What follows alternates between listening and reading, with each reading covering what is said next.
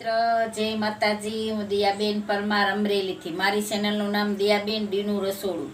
તો આજે આપણે તીખી સેવ બનાવશું. તો તીખી સેવ બનાવવા માટે આપણે આ ચણાનો લોટ લીધો છે. આપણે 250 ગ્રામ લીધો છે. અને આપણે અજમા લીધા છે. આ રીતના આપણે અજમા આવે એ લીધા છે, અડધી ચમચી. તો અડધી ચમચી આપણે આ મરી પાવડર લીધો છે. અને આપણે મીઠા સોડા લીધા છે. 2 ચમચી આપણે ચટણી લીધી છે, જે લાલ ચટણી આવે એ લીધી છે. સ્વાદ પ્રમાણે આપણે મીઠું લીધું છે. અને મોણ માટે આપણે આ તેલ લીધું છે. અને પાણી લીધું છે લોટ બાંધવા માટે. તો તળવા માટે આપણે તેલ લીધું છે. તો હવે આપણે લોટને બાંધી લેવું. આપણે લોટ સાળીને જ લીધો છે. આપણે આને અગાઉ સાળી લીધો છે. એમાં આપણે મોણ નાખશું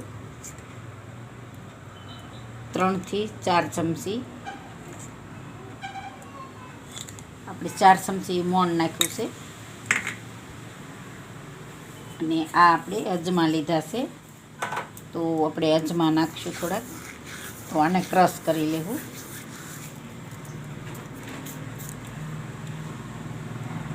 આ મરી પાવડર લીધો છે એ આપણે નાખશું.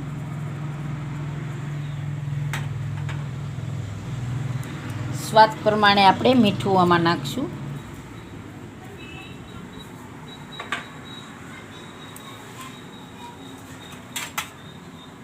અને લાલ મરચું નાખશું આપણે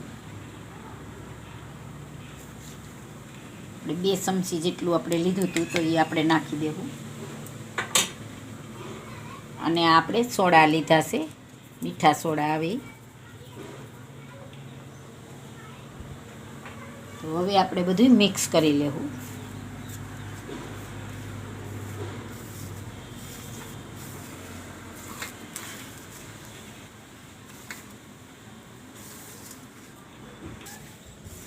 તો આપણે મોણ દઈને બધું મિક્સ કરી લીધું. તો થોડું થોડું પાણી નાખતા જવું ને આપણે લોટને બાંધી લેવાનો છે.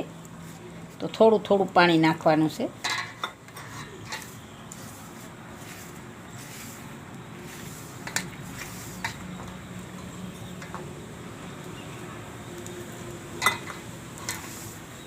આમાં ચટણી ને સોડા આવે એટલે એકદમ લાલ થઈ જાય આ લોટ.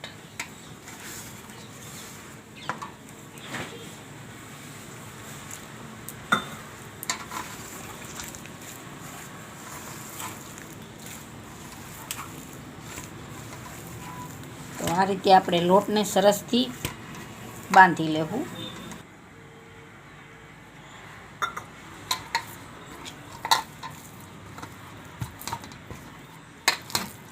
તો આ રીતનો આપણે લોટ બાંધવાનો છે, ઢીલો. બહુ કઠણાઈ નહીં, બહુ ઢીલોય નહીં, એ રીતનો. આ રીતનો. તો આપણે સરસથી આને ભેગું કરી લેવું. જો આપણે આ લોટને સરસથી બાંધી લીધો છે. તો હવે આપણે તેલવાળો કરીને હાથ અને સરસથી આને કહણી લેવાનો છે.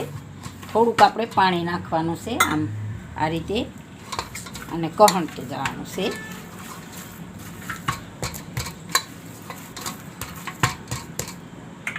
જે તેલવાળો હાથ કરીને એટલે સરસથી લોટ આપણો બંધાઈ જાય. તો આને આપણે બાંધી લેવું સરસથી. જો આપણે આ રીતનો બાંધી લીધો છે એકદમ સરસ. તો હવે આપણે 2 ભાગ કરી લેવાના. અને આ રીતે કૂણવવાનો છે. આ રીતે કૂણવીએ એટલે સરસ આપણે આમાં આપણા હંસામાં હાલે એમ.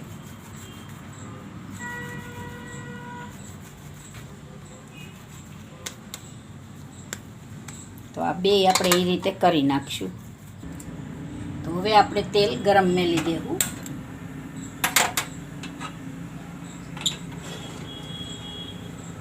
અને આ આપણે હંસો તેલવાળો કરીશું ને આપણે આ જાડી આ સેવ આવે એ પાડવાના છે, ગાંઠિયા આવે એ આ રીતે.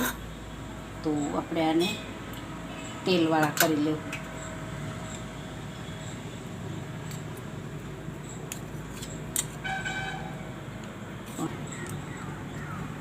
તો આપણે આને બે બાજુ તેલ લગાવી લીધું છે. આપણે આને લગાવી લેવું અને આને આપણે ફિટ કરી દેવું આ રીતે.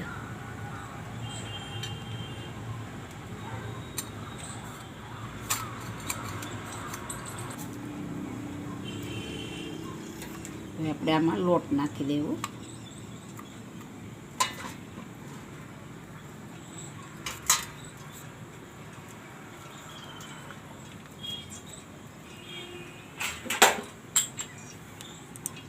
આપણે આમાં તેલ લગાવી લેવું.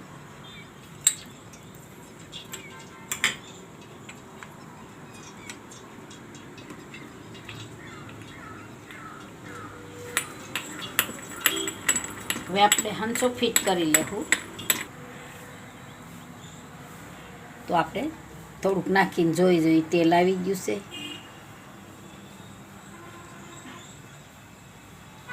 થોડું તેલ આવ્યું છે. આપણે તો તેલને હજી ગરમ થવા દેવું. હવે આપણે જોઈ તો હવે આપણું તેલ આવી ગયું છે. તો હવે આપણે સેવ પાડી લેવું.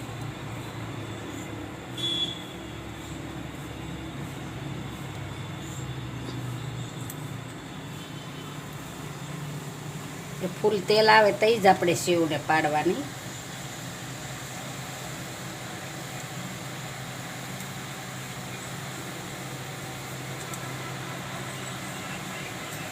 પછી આપણે આટો આ રીતે આમ ફેરવી લેવાનો એટલે અહીંથી નીકળે નહીં એમ.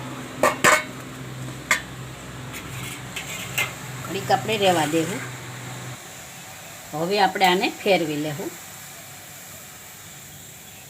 તેલ ઉડે નહીં એટલે આપણે ચમચી રાખી દીધી. આ રીતે આને વાર નથી લાગતી ચડતા.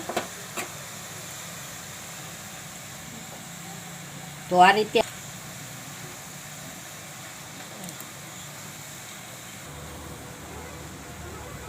હવે આપણે આને કાઢી લેવું. આપણે આ ડીશમાં લઈ લેવું.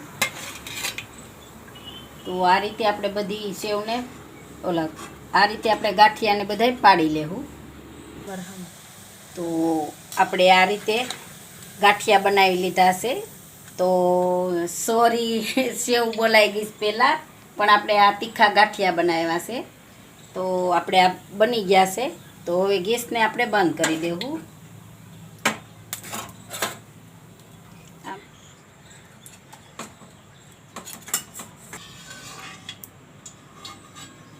તો ક્યારેક એવું થાય કે આપણે બનાવતા હોય બીજું તો બોલાઈ જાય બીજું. તો આપણે તૈયાર થઈ ગયા છે ગાંઠિયા આપણા.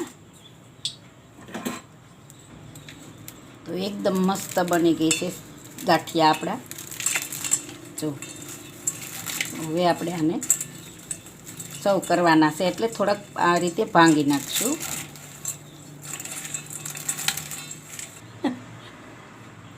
તો હવે આપણે સર્વ કરી લેવું.